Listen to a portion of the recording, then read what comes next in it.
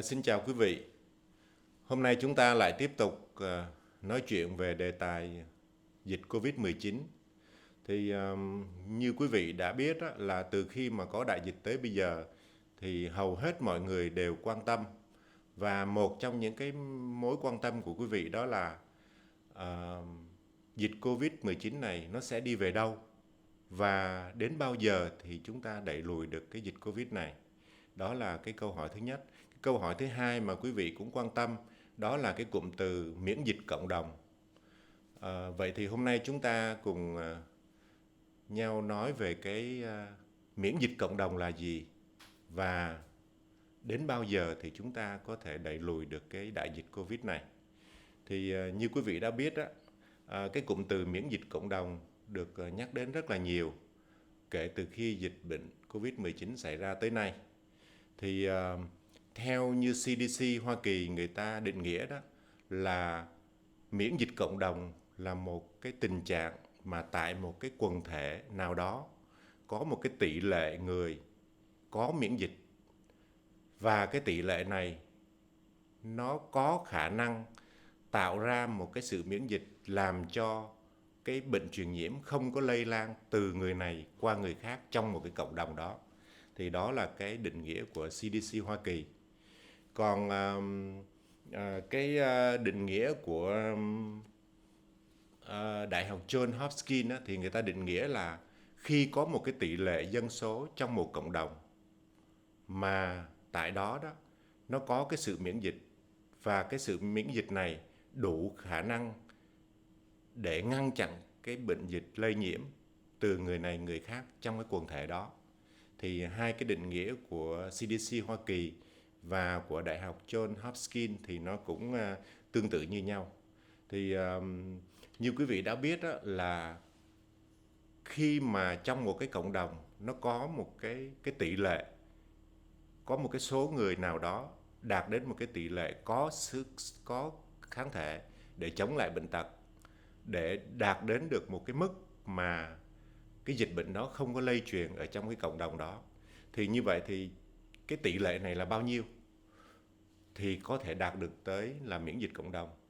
Thì với cái đại dịch Covid-19 này á, thì các cái nhà khoa học người ta thấy rằng phải đạt tới từ 70 tới 80% dân số có miễn dịch thì mới có thể đạt được cái miễn dịch cộng đồng. Ờm, Trong một cái bối cảnh mà đại dịch Covid nó xảy ra 2 năm nay, thì cái lượng người mà đã được tiêm ngừa cũng như là cái số người mà đã nhiễm bệnh rồi thì nó cũng đạt đến một cái con số là đáng để cho chúng ta quan tâm. Thì chúng ta cùng tìm hiểu coi là làm cách nào để mà tạo ra được cái miễn dịch cộng đồng. Thì người ta thấy rằng nó có hai cái phương pháp để tạo ra được cái miễn dịch cộng đồng. Thứ nhất là để cho nó tạo ra được cái miễn dịch cộng đồng một cách tự nhiên, tức là thu được cái miễn dịch sau khi nhiễm bệnh, thì người ta gọi đó là cái miễn dịch thu được tự nhiên sau khi mà một cá thể nào đó bị nhiễm bệnh. Và cái phương pháp thứ hai là chúng ta dùng cái biện pháp tiêm ngừa. Thì chúng ta cùng tìm hiểu coi là cái miễn dịch tự nhiên có được sau khi mà mắc bệnh đó. Thì đối với lại cái dịch bệnh Covid-19 này thì quý vị đã biết rồi, cái tỷ lệ tử vong nó rất là cao. Mà nếu mà chúng ta dùng cái biện pháp mà để cho trong cộng đồng người ta tự lây nhiễm rồi tự khỏi bệnh, và nó thu được cái miễn dịch để nó đạt được một cái tỷ lệ là 70-80%, để nó đạt được cái miễn dịch cộng đồng, thì cái sự thiệt hại về con người nó là rất lớn. Tại vì cái tỷ lệ mà tử vong của cái đại dịch này nó rất cao. Và cũng theo Đại học Johns Hopkins đó, người ta thống kê đó, thì hiện nay cho đến ngày mùng 10 tháng 9 đó, thì trên toàn thế giới này đã có trên 224 triệu ca nhiễm SARS-CoV-2 và trên 4,6 triệu người tử vong. Đó. Thì cái tỷ lệ tử vong trên toàn thế giới này người ta tính được là hiện nay là nó khoảng 2,1% trên tổng số cái ca nhiễm. Và nếu mà với cái tỷ lệ 2,1% này mà để có được cái tỷ lệ mà thu được cái miễn dịch tự nhiên thì cái số người mà nhiễm bệnh cũng như là cái tỷ lệ tử vong rất là cao, và cái số người mà tử vong thì nó cũng theo cái tỷ lệ đó nó tăng lên. Và nếu mà cái số người nhiễm mà nó tăng lên như vậy thì cũng đồng nghĩa với việc là cái số ca nhập viện phải tăng lên. Và khi mà nhập viện tăng lên thì cũng đồng nghĩa với việc là sẽ quá tải cái hệ thống y tế, và qua đó nó cũng làm cho cái tỷ lệ tử vong nó có thể là trên 2,1%. Cho nên là nếu mà để cho nó nhiễm bệnh tự nhiên để mà thu cái miễn dịch thì nó cái sự thiệt hại là rất to lớn. Cái đó là của thế giới. Còn ở Việt Nam mình á, thì từ đầu dịch tới nay á, Việt Nam mình đã có gần 600.000 ca nhiễm rồi, và trong đó là có trên 14.000, gần 15.000 ca tử vong. Nó chiếm tỷ lệ 2,5% trên tổng số ca nhiễm. Và cái tỷ lệ tử vong này của Việt Nam nó đã cao hơn thế giới 0,4% rồi. Tức là trên thế giới thì nó 2,1, còn ở Việt Nam mình thống kê đó thì nó đã là 2,5% rồi trên tổng số ca mắc. Thì vài cái thống kê để cho quý vị thấy là nếu mà cứ để cho bệnh nó diễn ra rồi khi mà khỏi bệnh thì những cái người bị nhiễm đó mới thu được một cái miễn dịch, gọi là miễn dịch thu được sau khi mắc bệnh, thì cái thiệt hại nó vô cùng là lớn về mặt con người cũng như là về mặt kinh tế. Tuy nhiên không phải là trên thế giới này không có những quốc gia người ta làm. Thì như quý vị biết đó là năm ngoái, năm 2020 đó, thì khi mà cái làn sóng dịch nó lan đến các cái quốc gia Bắc Âu, thì trong đó có Thụy Điển. Thì Thụy Điển người ta cũng có một cái ý tưởng là người ta sẽ để cho dịch bệnh nó xảy ra và người ta tạo cái miễn dịch tự nhiên thông qua cái việc nhiễm bệnh trong cái cộng đồng. Thì chính phủ Thụy Điển người ta cũng chỉ có đưa ra các cái lời khuyên thôi, lời khuyên về phòng chống dịch bệnh, chứ không có mang cái tính ràng buộc. Đó. Người ta vẫn sinh hoạt bình thường, chợ búa, trường học, người ta vẫn đi học bình thường. Người ta cũng không có một cái biện pháp phong tỏa nào hết. Chỉ có một vài những cái lời khuyên thôi, và cấm tụ tập đông người với mức độ là vài trăm người thì người ta mới cấm thôi. Đó, các hoạt động của Thụy Điển vẫn diễn ra bình thường. Thì người ta cha đẻ của cái ý tưởng mà để tạo ra miễn dịch cộng đồng từ những cái người bệnh này đó là một nhà dịch tễ học của Thụy Điển là Anders Tegnell. Ông đưa ra cái ý tưởng này. Thì cũng có nhiều nước trên thế giới, đa số là người ta cũng không có đồng tình với cái biện pháp này, nhưng mà Thụy Điển thì người ta có một cái lý do riêng của người ta có một cái quan điểm riêng. Và kết quả là năm ngoái đó là Thụy Điển có cái số ca nhiễm cao tới trên 1,1 triệu ca nhiễm, và cái số tử vong của Thụy Điển là nó lên tới trên 14.600 ca tử vong. Thì quý vị biết là Thụy Điển là dân số ít lắm, dân số của Thụy Điển trên dưới 10 triệu thôi. Tức là dân số của Thụy Điển chưa bằng dân số của Sài Gòn. Sài Gòn cho tới bây giờ là trên 14 triệu rồi, gần 15 triệu người rồi. Mà Thụy Điển thì dân số có trên dưới 10 triệu thôi, mà người ta mắc tới 1,1 triệu. Thì người ta thống kê đó là cái tỷ lệ tử vong của Thụy Điển nó cao hơn các cái nước trong khu vực Bắc Âu. Nhưng mà so với thế giới á, thì nó lại còn thấp hơn. Thế giới thì 2,1%, nhưng mà Thụy Điển thì cho tới hiện nay đó thì nó khoảng tỷ lệ tử vong nó khoảng 1,3% trên tổng số ca mắc. Thì mở ngoặt một chút để cho quý vị biết về cái đất nước Thụy Điển. Thụy Điển á là một cái nước Bắc Âu, và nó là một cái nước lớn thứ ba ở trong Liên minh châu Âu. Đất nước của họ rất là rộng, diện tích đâu đó khoảng trên 450.000 km vuông, rộng hơn cả Việt Nam nữa. Việt Nam thì có 331.000 km vuông thôi. Và Thụy Điển thì toàn là đảo, trên 220 cái đảo lớn nhỏ. Mà quý vị đã biết là Thụy Điển là một cái nước mà nằm thấp lắm, thấp hơn mặt nước biển. Có những nơi mà nó thấp hơn nước biển tới khoảng trên 2 mét, 2,5 mét so với mực nước biển. Mặc dù là một đất nước như vậy, nhưng mà người ta lại có một cái đời sống kinh tế hết sức là cao, và có cái mức phúc lợi xã hội cao nhất thế giới. Thì quý vị đã biết rồi, ờ, những cái vấn đề an sinh xã hội của Thụy Điển, người ta chăm sóc cho dân chúng rất là chu đáo. Một em bé sinh ra đời thì được được trợ cấp từ mới sinh ra cho đến năm 16 tuổi. Và tính theo thời điểm này thì mỗi một tháng người ta được hưởng trợ cấp khoảng 165 đô la Mỹ trên một trẻ, trên một tháng. Và liên tục cho tới năm 16 tuổi. Quý vị thấy không? Để người ta làm giảm bớt cái gánh nặng cho cha mẹ các em. Và cha mẹ mà sanh ra được một đứa con vậy đó, thì cả cha lẫn mẹ của em bé đó được nghỉ ở nhà để chăm sóc cho bé. Ở Việt Nam mình gọi là nghỉ hộ sản. Thì ở Thụy Điển người ta cho cả cha lẫn mẹ được nghỉ, và nghỉ rất là dài quý vị, nghỉ tới 480 ngày, tức là nghỉ liên tiếp khoảng khoảng 16 tháng để mà chăm sóc cho đứa bé đó.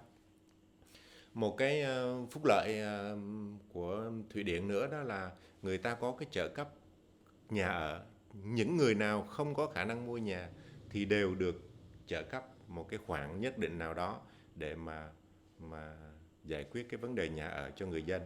Rồi người ta cũng có những cái trợ cấp về những người già yếu, bệnh tật, rồi hưu trí. Và cái trợ cấp thất nghiệp của người ta tới gần một năm, 300 ngày. Người ta nếu mà mình mà thất nghiệp thì khi mà từ mình nhận, người ta chính phủ nhận cái hồ sơ thất nghiệp của mình thì người ta cho trợ cấp cho mình là 300 ngày thì trợ cấp thất nghiệp. Và có một cái điều thú vị nữa là trợ cấp cho bất cứ ai mà có một cái mức sống mà người ta cảm thấy nó không hợp lý, thì người ta trợ cấp cho những cái người đó. Nếu mà mình cảm thấy là cái mức sống của mình hiện nay nó chưa có hợp lý so với cái tình hiện trạng chung của Thụy Điển, thì người ta cũng được trợ cấp cho những người đó. Đó là vài cái đôi nét về đất nước Thụy Điển mà người ta áp dụng cái biện pháp là cho dịch nó diễn biến tự nhiên, để người dân người ta thu được cái miễn dịch sau khi người ta mắc bệnh. Thì trong lịch sử thế giới thì cũng không phải là không có những cái bệnh mà đã thu được miễn dịch cộng đồng đâu. Như là năm 1977 thì WHO đã công nhận là bệnh đậu mùa đã được xóa sổ rồi. Và quý vị thấy là những cái người mà từ 50, 60 tuổi trở lên thì mới có mặt mà lỗ nhiều đó, đó là di chứng của bệnh đậu mùa. Còn những người trẻ từ 60 tuổi trở lại đây thì quý vị thấy không có còn ai mà có cái mặt rỗ đó là do di chứng của đậu mùa, đặc trưng của đậu mùa nó mới làm cho mặt rỗ thôi. Rồi các cái bệnh như là sởi, ho gà, bại liệt thì cũng đã được khống chế rồi. Và mình kiểm soát được những cái bệnh đó là nhờ vào mình cái chương trình tiêm chủng mở rộng. Trong đó Việt Nam mình thì làm rất tốt cái chương trình tiêm chủng mở rộng này. Thì trở lại cái miễn dịch cộng đồng. Miễn dịch có được sau tiêm chủng á, thì nó lại được tạo ra khi mà một cái quần thể ở một cái đất nước nào đó mà người ta tiêm ngừa cho dân chúng đến một cái tỷ lệ nào đó để nó thu được cái miễn dịch, thì cái đó gọi là miễn dịch thu được sau khi tiêm chủng. Thì cái phương pháp mà tạo cái miễn dịch cộng đồng bằng cái biện pháp tiêm chủng này thì nó khả quan hơn nhiều, nó an toàn hơn là cái biện pháp để cho nó nhiễm bệnh tự nhiên, và nó được trải trên một cái diện rất rộng, mình có thể kiểm soát được. Thì cũng nói qua về cái tình hình tiêm chủng ở trên thế giới. Thì hiện nay ở trên thế giới đã tiêm ngừa được trên 4,5 tỷ liều vaccine rồi. Thì nếu mà mình tính là mỗi người được tiêm một mũi thôi đó, thì cái tỷ lệ này cũng còn khiêm tốn lắm. Nó đâu đó khoảng trên 50% thôi, so với thế giới này 8 tỷ người. Và điểm qua một số các cái nước trên thế giới, người ta đã tiêm ngừa rất tốt rồi, thì hiện nay để mong muốn là tạo được một cái miễn dịch cộng đồng nhờ vào cái phương pháp tiêm chủng này đó, thì các nước đang là chạy đua với nhau để làm sao mà tiêm cho người dân của đất nước mình một cách nhanh nhất, một cách rộng nhất, để tạo được cái miễn dịch cộng đồng. Và chỉ có miễn dịch cộng đồng thì mới có thể mà khống chế được cái dịch Covid này. Thì như quý vị thấy là Malta là cũng là một cái nước thuộc Liên minh châu Âu, EU, thì nó đã tiêm được trên 90% người rồi. Malta là một cái đất nước nhỏ thôi mà người ta tiêm được mà trên 90% rồi, mỗi người 2 mũi. Rồi Tiểu Vương quốc Ả Rập Thống Nhất, người ta cũng tiêm với cái tỷ lệ rất cao.